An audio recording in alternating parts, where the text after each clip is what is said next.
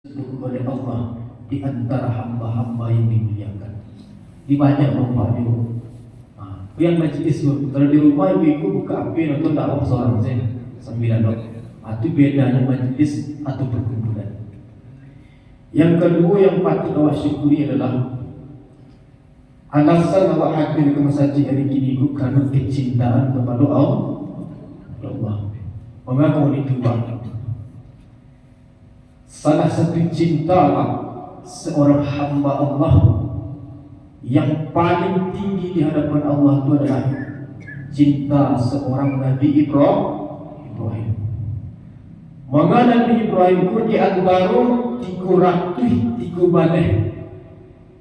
Nabi Rasul dan 124.000 Nabi dalam tafsir Ibnu Katsir, satu-satunya Nabi yang dijuluki dengan Khalilullah atau kekasih Allah hanya Nabi Ibrahim.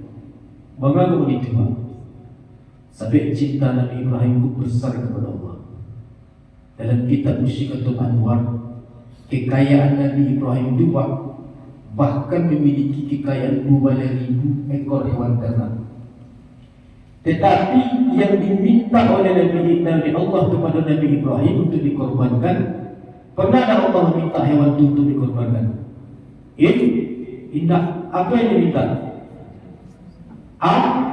Anaknya. Mengapa anaknya yang diminta? Di awal manusia bakok hewan yang diminta, bakok harta yang diminta. Karena Allah tahu Nabi Ibrahim cinta terbesarnya kepada anaknya, bukan kepada hartanya. Sementara awak yang diminta dikorbankan adalah sebagian daripada harta. Itu tandanya yang paling awak cintai di manusia apa Pak? Harta. Apa buktinya? Yo manusia hari ini ikut cinta harta dibandingkan anak, dibandingkan istri, dibandingkan saudara. Inilah bisa dibuktikan. Orang lebih mencintai manusia itu mencintai harta dan nafsunya dibandingkan anak. Beberapa hari yang lalu Pak, di media sosial tanggal 7 Balai yang pertama, suatu peristiwa atau berita menggemparkan di tanah Minang. Kejadian di Padang Pariaman, seorang ayah menghamili anak kandung perempuannya sendiri. Itu kan waktu ya Pak. Apakah ayah itu mencintai anaknya karena Allah? Tidak. Bukti bahwa manusia tidak mencintai anak dan keturunannya berbeda dengan cinta Nabi Ibrahim kepada Allah. Itu faktanya Pak. Mengapa banyak orang membunuh saudaranya? Ada orang yang mempenjarakan orang tuanya, ada orang tua yang membunuh anaknya, kakak yang membunuh adiknya, dan adik yang membunuh kakaknya. Pertanda cinta manusia kepada harta dan nafsunya lebih besar dibandingkan kepada yang lain. Maka yang diminta awak berkorban harta, bukan anak, bukan istri. Kalau Allah tahu yang paling kita cintai adalah itu. Kemudian sallallahu alaihi wasallam kita bersalawat kepada Nabi Allah Muhammad sallallahu alaihi wasallam. Allahumma shalli ala Muhammad wa ala ali Muhammad. Jadi ibu-ibu, itu pertemuan awak setelah lebaran dan awak absen beberapa pertemuan. Jadi ibu-ibu, kira-kira oleh tak kena kini materi yang keberapa tentang sirah nabawiyah. Yang keberapa ya? Bapak dia kena. Awak masuk kepada tema dan kalimah. Yang kalimah ya, berarti lah 5 bulan pertemuannya. 5 pertemuan yang kalimah. Ulang balik, ingat balik. Di pertemuan pertama bab 1 surah Nabawiyah awak mengkaji tentang keadaan bangsa Arab sebelum Islam dan Nabi Muhammad lahir. Itu tema pertama tu. Yang kedua awak mengkaji tentang silsilah keturunan Nabi dan kejadian ketika Nabi Muhammad dari anak-anak sampai remaja, baru kondisi bangsa Arab. Yang tema yang ketiga yang membahas pada waktu itu adalah 40 tahun kejadian sebelum peristiwa nubuah sebelum Nabi Muhammad yang menjadi Nabi Muhammad dulu. Apa sih kejadian tanda-tanda kerasulan? Itu bab yang ketiga. Tema yang sampai yang terakhir malam itu adalah iaitunya turunnya wahyu pertama surat Al-Alaq ayat 1 sampai 5. Itu temanya. Kemudian wahyu terputus. Tak ada turun wahyu kepada Nabi Muhammad ketika itu setelah turun surat Al-Mudaththir. Tema yang kini adalah turunnya surat Al-Mudaththir dan perintah berdakwah. Ketika turun ayat pertama, perintah berdakwah itu belum dilaksanakan, belum diperintahkan kepada Nabi. Maka dengan turunnya surat yang kedua, surat Al-Mudaththir ayat 1 sampai 7. Apa bunyi Pak dan Ibu? A'udzu billahi minasyaitonir rajim. Ya ayyuhal mudaththir qum fa'anzir wa rabbaka fakabbir, kata Allah. Wasiyabaka fatahhir warujza fahjur fala tamnun tastakbir wa li rabbika fasbir. Apa artinya Pak dan Ibu? Kata Nabi, hai orang-orang yang bersalimut atau orang-orang yang sedang lalu, kata Allah, bangunlah lalu berikan peringatan kepada Tuhan dan agungkanlah Tuhan di hadapan mereka, kata Allah, dan bersihkanlah pakaian atau diri dari segala dosa. Kemudian perintah terakhir dalam ayat itu adalah kepada Nabi Muhammad, sampaikanlah dakwah dengan penuh kesabaran. Poin dari ayat surah Al-Mudaththir ayat terakhir itulah yang kemudian jadi bahan renungan bagi Nabi Muhammad. Apa poin Pak? Iaitunya ada satu syarat berdakwah dengan penuh kesabaran. Allah gambarkan di situ kalau dakwah Nabi Muhammad dan dinnya itu akan banyak tantangan dan ujian, akan banyak penyiksaan, kata Allah, sebagaimana tantangan dakwah kepada nabi-nabi sebelumnya. Kemudian Bapak dan Ibu, ketika perintah bangun dari tidur itu, Nabi Muhammad ketika datang perintah itu, Pak, disitulah perintah yang menakutkan dan menggemparkan Nabi Muhammad. Sehingga ketika turun surat Al-Mudaththir, Nabi Muhammad berhamburan dari tempat tidur. Sejak perintah dakwah itu turun, selama 23 tahun lebih kurang, Nabi Muhammad tidak punya waktu untuk istirahat yang banyak.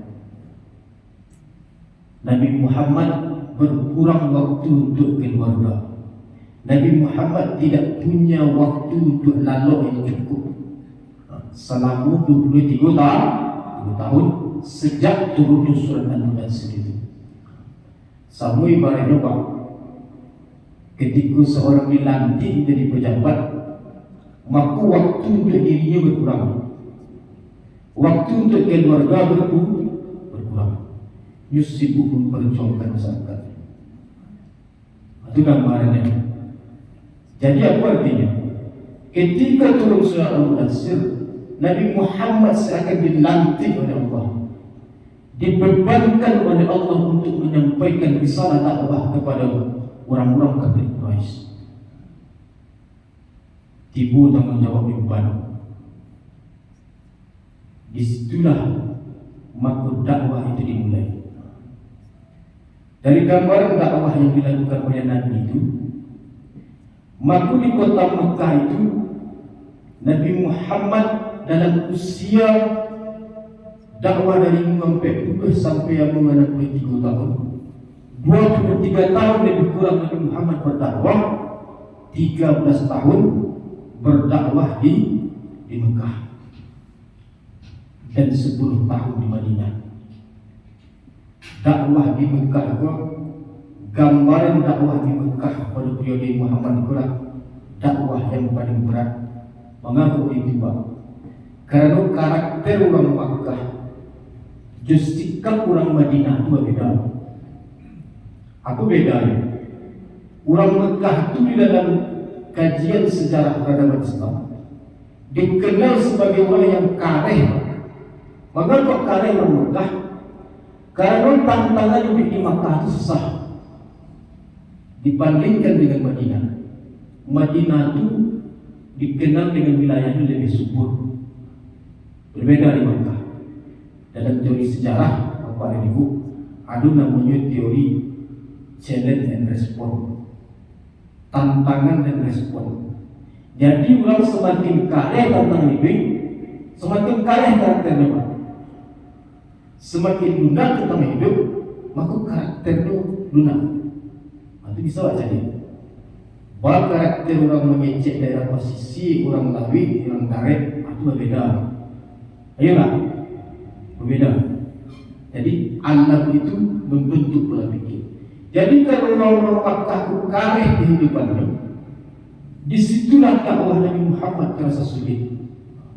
Banyak tantangan yang dilakukan oleh Nabi SAW selama tiga banyak tahun berada di Mekah. Aku dan kawannya, ketika dakwah pertama itu 13 tahun Nabi Muhammad berdakwah di Mekah, 3 tahun Nabi Muhammad berdakwah secara sembunyi-sembunyi. Aku yang ajak sejarahku ibu ulama berdakwah secara sembunyi-sembunyi. Pertanyaannya, mengapa 3 tahunku harus sembunyi-sembunyi Nabi berdakwah? Mengapa tidak langsung Nabi itu terang-terangan? Mengapa begitu? Sebab masyarakat Makkah Bapak, inilah punya agama sebenarnya, punya kebudayaan dan agama dari nenek moyang. Itu beratus-ratus tahun Pak. Itu yang kelimpah. Bila akidah orang Arab berubah sejak wafatnya Nabi Ismail alaihissalam. Jarak daripada Nabi Ismail ke Nabi Muhammad itu 2 orang Nabi itu. Dari semenjak Nabi Ismail wafat, serupa kajian awak kitab yang pertama dulu, ada seorang kafir Quraisy yang bernama Abu Lu'ay itu yang pulang dari negeri Syam, membawa patung penanggupan ditegakkan di dekat Ka'bah. Saja itulah akidah orang-orang Arab dan orang Quraisy susah. Itu yang akan diubah oleh Nabi. Susah. Dan disitulah tantangan pertama oleh Nabi Muhammad SAW. Maka baca dulu. Sebelum masuk ke orang-orang yang di luar, kata Nabi, maka yang didakwahi oleh Nabi itu adalah keluarga yang banyak dan sahabat-sahabat yang paling dekat yang bisa dipercaya. Siapa orang itu? Maka di dakwah pertama itu ada beberapa orang yang dianggap masuk Islam pertama kali di dalam periode 3 tahun itu. Orang-orang itulah yang disebut dalam sejarah dengan as-sabiqunal awwalun. Orang-orang yang pertama masuk Islam. Siapa? Yang pertama, istri beliau bernama Ummul Mukminin Siti Khadijah bin Khuwailid. Akulah dari golongan perempuan masuk Islam pertama kali. Kemudian siapa ibu pada ibu? Yang kedua, sahabatnya yang paling jujur Pak, yang paling disegani dan paling tua. Siapa? Abu Bakar As-Siddiq. Yang dia adalah Abu Bakar As-Siddiq. Siapa yang ketiga yang masuk Islam setelah itu? Itulah dari golongan pembantu dari Khadijah atau budak dari Khadijah yang diserahkan kepada Rasulullah, yaitu Zaid bin Harithah. Kemudian dan sampai ada dari golongan anak-anak Siapa yang masuk Islam dari golongan anak-anak itu? Yaitunya Ali bin Abi Talib. Ali bin Abi Talib itu Nabi itu sepupu bang. Ayahnya berada kakak. Mengapa sampai Ali bin Abi Talib itu menjadi anak angkat daripada Nabi? Jadi Ali bin Abi Talib itu dari ketek, bapak ibu dari umur 6 tahun. Ajurannya lagi Nabi itu diserahkan oleh Abu Talib kepada Nabi. Jadi anak angkat daripada Nabi. Kemudian siapa orang yang pertama masuk Islam itu? Karena Abu Bakar masuk Islam. Abu Bakar orang yang paling disegani di tanah Arab. Ini pedagang yang paling sukses. Jadi Abu Bakar sambil duduk-duduk je kawan-kawan semua mengalainya. Diajaklah kawan-kawan yang masuk Islam. Adalah beberapa orang dari kawan-kawan Abu Bakar yang masuk Islam. Siapa di antaranya? Utsman bin Affan, salah satu ulama Rasidin. Ada di dalam Zubair bin Awam, Abdurrahman bin Auf dan Sa'ad bin Abi Waqqas, Talhah bin Ubaidillah. Dan salah satu yang masuk Islam di kalangan budak pada waktu itu adalah Bilal bin Rabah, seorang muazzin. Itu dari golongan itu. Jadi lebih kurang selama 3 tahun secara sembunyi-sembunyi itu ada lebih kurang 40 dalam riwayat dalam sirah Nabawiyah kerabat-kerabat dan sahabat Nabi yang menganut agama Islam. Jadi yang sampai buku-bukulah yang berjuang menyebarkan dakwah. Kemudian setelah 40 orang masuk Islam itu, turunlah perintah salat di awal-awal ayat yang pertama. Jadi kalau Bapak dan Ibu selama itu dalam pandangan awak, perintah salat itu datang setelah peristiwa Isra dan Mi'raj. Itu perintah salat 5 waktu. Akan tetapi perintah salat itu datang di masa awal-awal turunnya surat.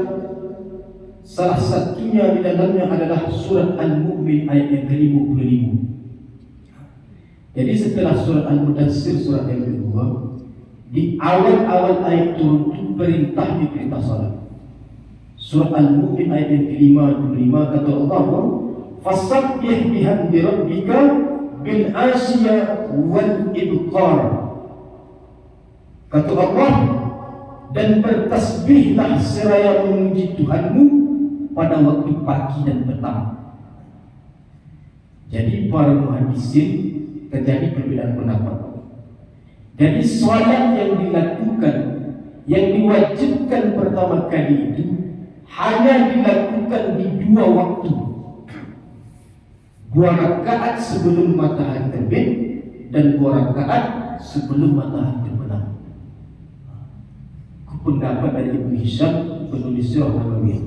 Jadi solat itu dilakukan 2 rakaat di waktu pagi dan petang. Itu perintah solat yang pertama. Kemudian dalam beberapa hadis dijelaskan, ketika Nabi Muhammad telah melaksanakan solat itu, baca Nabi ke solat itu.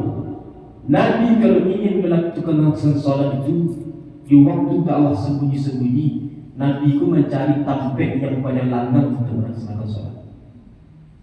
Karena aku dikhawatirkan kalau nampak dari orang kafir Quraisy, maka nanti akan menimbulkan konflik. Ketika Nabi Muhammad sholat di tampek yang langgang, paman beliau yang bernama Abu Talib, nampaklah Nabi itu sholat bersama Ali bin Abi Talib. Ketika nampak Nabi salat oleh Abu Talib, menyebarlah dakwah Rasulullah itu mulai terdengar oleh orang-orang di kota Mekah. Sampai dakwah, orang-orang sibuk bahwasanya ada agama baru dan akan ditanamkan di masyarakat Mekah, di tanah Arab waktu itu. Ada seorang pemuda dari golongan Quraisy yang bernama Nabi Muhammad. Itu peristiwa 3 tahun dakwah secara sembunyi-sembunyi. Kemudian setelah dakwah secara sembunyi-sembunyi itu, turun ayat yang berikutnya. Ayat yang turun itu adalah Al-Quran surat Asy-Syu'ara ayat yang ke-200 yang pertama. Apa perintah Allah? Setelah 3 tahun dakwah sembunyi-sembunyi, kata Allah, wa anzir ashirataka al-aqrabin. Kata Allah, berilah peringatan Muhammad kepada keluarga-keluarga yang dekat secara terang-terang. Jadi dakwah secara terang-terang itu apa dan ibu? Indah langsung saja Nabi Muhammad berdakwah ke seluruh umatnya. Disuruh oleh Allah cari keluarga yang terakhir ini. Siapa yang terakhir yang dikumpulkan oleh Nabi, yaitu keturunan Bani Hashim. Lihat bapak ibu keturunan Bani Hashim. Ikut di bab 2 kaji kita. Muhammad bin Abdullah bin Abdul Muttalib bin Hashim bin Abdul Manaf bin Qusay bin Kilab bin Murrah bin Ka'ab. Itu yang kaji sampai Nabi Ibrahim yang dulu. Jadi dikumpullah saudara-saudara sebapak yang si ayah, yang si abu. Masalahnya orang Arab itu kan berdasarkan nasab, berdasarkan keturunan ayah. Jadi seluruh keturunan ayah Nabi Muhammad kata itu, dia mengandung suku disebut dengan keluarga Bani Hashim, sukunya suku Quraisy. Jadi diundang oleh Nabi, diundanglah bapak-bapaknya itu dia Nabi, keturunan Bani Hashim kata. Ketika diundang itu lebih kurang sebanyak hampir 25 orang datanglah keluarga terdekat Nabi Muhammad. Di antara 25 orang itu datanglah yang namanya Abu Talib serta pamannya yang bernama Abu Lahab. Kenapa kumpul apa? Dan kumpul sampai 25 orang itu Nabi Muhammad di kediamannya disampaikan ajaran Nabi. Anu jadi Nabi kagak mengecek apa? Jangkit tangan Abu Lahab, bagi cek Abu Lahab, wahai Muhammad, baswawahai, laita wahai Muhammad, nan hadir hari kini iku adalah bapak-bapak amu, ayah dari adik dari apa, dan anak-anak keturunannya. Asal engkau tahu wahai Muhammad, keluarga awakmu di Arab itu, keluarga Quraisy itu orang terpandang. Indah ada yang berani mengaruh endahiyatukan yang itu kalau bersobok di keturunan Bani Hashim. Jadi yang turun menjaga maruah keluarga suku Quraisy. Kata Abu Lahab, kalau anda tetap, kata Abu Lahab, mendakwahkan Islam, maka tidak orang lain saya yang akan menentang berdakwah. Tapi kami anak keturunan Bani Hashim dan keturunan ayahmu serta kami yang apa-apa, kami orang pertama yang akan menghancurkan kejatuhan. Jadi tantangan pertama dakwah Nabi juga langsung dari pamannya yang bernama Abu Lahab. Di perkumpulan itu Nabi tidak pernah mengecek cie kalimat pun ketika Abu Lahab mengecek. Apa yang terjadi bro itu Pak? Ketika Abu Lahab selesai mengecek itu, perkumpulan Bani Hashim dibubar, balik orang rumah sama-sama. Setelah peristiwa itu, Nabi pun diundang bapak-bapaknya untuk kedua kalinya ke rumahnya. Baca Nabi, ketika diundang untuk kedua kali itu, Nabi Muhammad mengecek Di pertemuan pertama Nabi Muhammad tak pernah mengecek. Di pertemuan kedua Nabi Muhammad yang mengecek. Apa yang dikatakan Nabi Muhammad kepada bapak-bapak itu? Tahukah kalian, kata Nabi Muhammad, bahwasanya apa yang aku sampaikan ini adalah untuk menghindari azab Allah. Ada 3 pesan yang disampaikan oleh Nabi Muhammad kepada keluarga bapak-bapak itu. Yang pertama, kata Nabi, demi Allah tidak ada Tuhan selain Allah. Yang kedua, serta syahadat, demi Allah aku diutus oleh Allah ke permukaan bumi mendakwahkan Islam. Itu kecek yang pertama, syahadat. Kecek yang kedua dikeluarkan oleh Nabi kepada bapak-bapak itu, bapak dan ibu. Yang kedua, kata Nabi, tahukah kalian demi Allah, setiap orang yang bernyawa hari ini pasti akan mati, kata Nabi. Layaknya orang yang bangun kemudian dia lalu, kemudian dia jatuh lagi. Itu pesan yang kedua. Dan setiap yang mati jika dibangkitkan, kata Nabi, akan dihisab dan dipertanggungjawabkan amal perbuatannya. Itu pesan yang kedua. Pesan yang ketiga yang diucapkan oleh Nabi, hanya ada 2 tampik yang abadi setelah kematian, iaitu surga dan neraka. Mandala itu Bapak dan Ibu, merah padam muka Lahab. Bagi Abu Lahab, ini adalah berita buruk untuk tanah Arab. Ini adalah berita buruk untuk keturunan Bani Hashim dan suku Quraisy. Maka Nabi Muhammad harus diberi hukuman. Mendengar Abu Lahab mengecek begitu, Abu Talib, ayah dari Ali bin Abi Talib, mengatakan, siapa yang berani mengusik Muhammad, maka berhadapan dengan Abu Talib. Aku kata Abu Talib, wahai Muhammad, aku suka dengan apa yang kau dakwahkan, walaupun aku sendiri tidak akan mengikuti ajaran. Jadi Abu Talib pada ibu, inyogo indah mengikuti dakwah Nabi Muhammad. Inyolah menyembah Allah, tetap menyembah berhala, akan tetapi ini melindungi Nabi Muhammad dari orang-orang yang menghancurkan Nabi. Jadi tantangan pertama dakwah Nabi Muhammad itu datang dari keluarga pribadi. Jadi yang namanya dakwah, yang namanya tantangan berdakwah, yang namanya kebaikan itu Bapak Ibu, memang mendapatkan tantangan dari keluarga yang berenaknya. Banyak contoh. Keluarga Nabi Nuh alaihissalam. Nabi Nuh alaihissalam usia yang ingkar kepada keluarga terdek, istri dan anaknya yang menemukan. Nabi Ibrahim seorang nabi, siapa yang menantang dakwah? Ayah kandungnya sendiri yang pernah azab.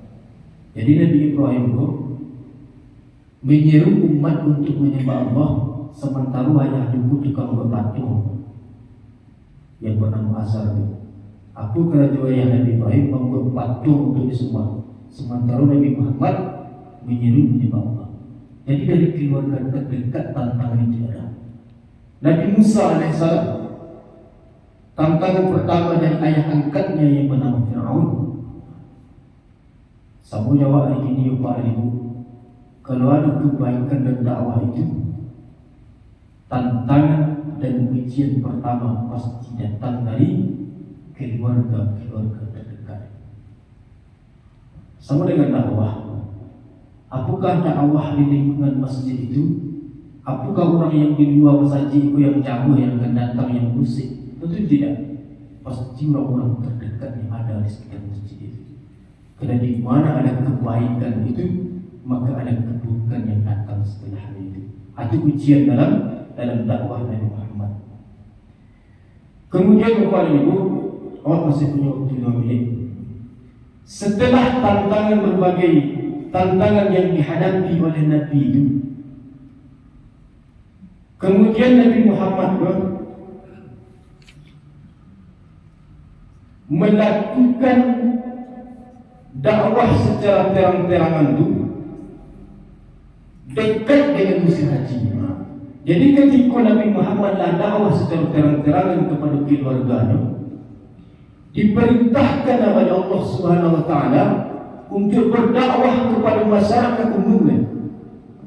Maka perintah itu dalam surah Al-Hijr ayat 94. Kata Allah, "Fasda' bima tu'mar wa a'rid 'anil musyrikin." Kata Allah, sampaikanlah olehmu secara terang-terangan wahai Nabi Muhammad kepada orang-orang musyrik.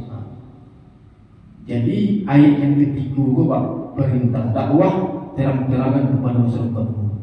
Maka dikumpullah orang di Bukit Safa, di Bukit Safa dan Marwah.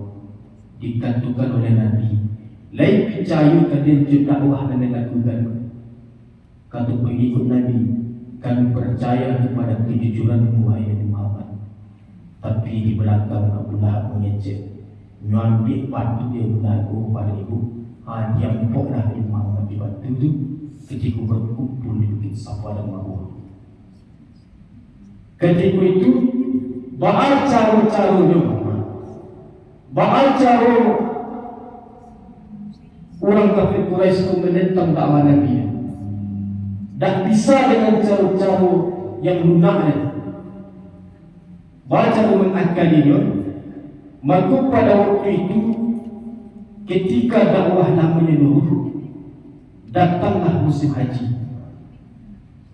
Orang-orang Makkah itu khawatir, karena banyak orang pergi musim haji ke Makkah ke Ka'bah. Tahu kalau Nabi Muhammad telah membawa agama baru, maka awak akan berbiasa. Awak akan terancam eksistensi awak dengan dakwah Muhammad.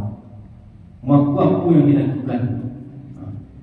Dilakukanlah oleh Abu Lahab membentuk pansus namanya, panitia khusus.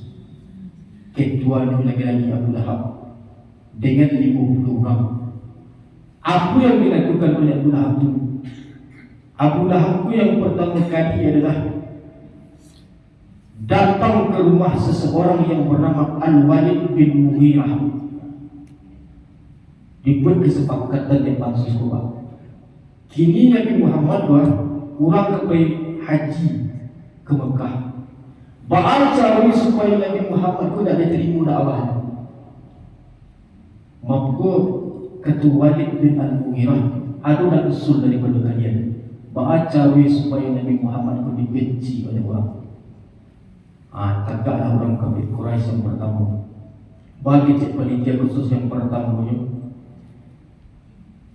Baal kalau KCN ke orang-orang yang berjemaah kepada jemaah haji, katakan kepada mereka bahwasanya Nabi Muhammad itu adalah seorang dukun. KCN orang banyak kalau Nabi Muhammad itu dukun, supaya orang nak percaya gitu. Baal KCN Al-Walid itu tak mungkin ini KCN dukun. Sampai sana mengikut Nabi Muhammad itu tidak pernah membantu jampi-jampi di mantra. Kalau tak mungkin itu ada usul yang lain. Tagak panitia yang kedua. Baal kalau wakil censen Nabi Muhammad kurang hidup, awak sebarkan berita kalau Nabi Muhammad kurang hidup. Baal kecil Walid tak mungkin. Tak mungkin jadi kecil hidup. Sampai salam itu yang nampak di tempo Nabi Muhammad itu tidak pernah menyecek seorang. Tidak pernah ganak-ganak seorang. Tidak dulu pernah menagih seorang. Kemudian tagak panitia yang ketiga. Baal kalau KCN Nabi Muhammad itu seorang penyair. Ini seorang pendutu. Baal kecil Walid, tak mungkin Nabi Muhammad itu dikatakan pendutu. Sampai ke kalangan yang paling jujur di antara suku Quraisy. Kemudian kalau tak mungkin, Baal caranya. Makanya ketua Nabi Muhammad lebih cocok dikatakan seorang penyihir. Bahkan kata penyihir sampai banyak antara anak ayah ibu yang mencari gara-gara Nabi Muhammad karena ajaran yang dibawanya. Makanya orang katakan seorang penyihir. Maka Nabi Muhammad sebagai seorang penyihir dijelaskan oleh Allah dalam Al-Quran surah Al-Mudaththir ayat yang ke-18 sampai ke ayat yang ke-25. Di situ dikatakan tentang orang-orang Quraisy yang menentukan Nabi Muhammad sebagai penyihir. Itu tantangan yang pertama. Fitnah dimunculkan kepada Nabi Muhammad. Kemudian ada beberapa kejadian tantangan yang membuat Nabi Muhammad bersedih hati. Apa yang bersedih Nabi Muhammad ketika berdakwah itu? Tantangan pertama itu datang dari Abu Lahab. Bahkan istri Abu Lahab yang bernama Ummu Jamil. Ummu Jamil itu istri Abu Lahab lebih kejam dibandingkan Abu Lahab. Apa tantangan pertamanya? Setiap Nabi Muhammad di malam hari itu, Ummu Jamil dia dorong dulu ibu ke rumah Nabi Muhammad. Bahas supaya Nabi Muhammad ingin datang ke rumahnya, kakinya tertusuk. Bahkan dalam satu riwayat kata Abu Ishaq dijelaskan, pernah Ummu Jamil Abu Lahab duduk-duduk di pintu rumah di pintu Ka'bah. Kemudian Ummu Jamil mengejek, siapa yang berani mengantarkan kotoran, maksudnya kotoran binatang, kata punggung Nabi Muhammad akan dinagih hadiah kata budak. Siapa yang berani menuntut itu? Yaitu Ummu Jamil istri Abu Lahab. Ketika Nabi Muhammad salat dan sujud di depan Ka'bah, dia adalah kotoran binatang di atas punggung Nabi Muhammad. Apa yang terjadi ketika Nabi Muhammad sujud di berasiat dan Fatimah anak beliau kotoran binatang? Baru Nabi Muhammad bangkit dari sujud. Dan yang kedua yang dilakukan oleh Ummu Jamil itu adalah, bahkan Ummu Jamil isi dari pari-pari domba, masalah isi pari-pari jambi yang bau-baunya anjing itu dan Ummu Jamil itu dimasukkan ke dalam tempat makan Nabi Muhammad. Ketika Nabi Muhammad makan masalah pari dua itu, ada isi pari binatang di dalam piring-piring Nabi Muhammad ketika dia makan dikotori oleh Ummu Jamil. Itu terjadi selama bertahun-tahun. Satu hal yang paling menyakitkan dari Abu Lahab adalah Abu Lahab sebelum Nabi Muhammad diangkat menjadi Rasul, Abu Lahab mempunyai dua orang anak laki-laki. Yang pertama Utbah, yang kedua Utaibah. Dan anak Abu Lahab yang laki-laki itu dinikahkan dengan dua putri Rasulullah, yaitu Ruqayyah dan Ummu Kalsum. Saking bencinya Nabi Muhammad Abu Lahab kepada Nabi Muhammad, Abu Lahab memerintahkan anak laki-lakinya menceraikan dua orang perempuan dari anak Nabi Muhammad. Sehingga Utbah dan Utaibah menceraikan Ruqayyah dan Ummu Kalsum karena perintah Abu Lahab. Banyak peristiwa-peristiwa kesedihan setelah itu. Bahkan ketika anak Nabi Muhammad laki-laki yang kedua yang bernama Abdullah meninggal, bagi jadilah ada berita gembira, wahai saudaraku, anak laki-laki dari Muhammad telah meninggal dunia. Jadi peristiwa-peristiwa kesedihan itu terjadi bertahun-tahun dalam tantangan dakwah Nabi Muhammad. Maka mungkin kita jawab seputar kisah atau peristiwa dakwah daripada Nabi, dari turunnya surat Al-Mudaththir, turunnya surat Asy-Syu'ara, dan turunnya yang terakhir surat Al-Hijr ayat yang ke-94. Maka perintah dakwah Nabi itu di Mekah selama 13 tahun. Dan 10 tahun itu banyak peristiwa-peristiwa sulit yang dihadapi oleh Nabi. Jadi apa intinya Pak? Inti dari dakwah Nabi Muhammad itu adalah tantangan pertama dakwah itu, kebaikan yang kita lakukan itu akan datang dari keluarga terdekat. Makanya awak tak bisa menjazbah ketika ada seorang ustaz anaknya narkoba, anaknya perzinahan. Ketika ada seorang ustaz anaknya salat, awak menghina.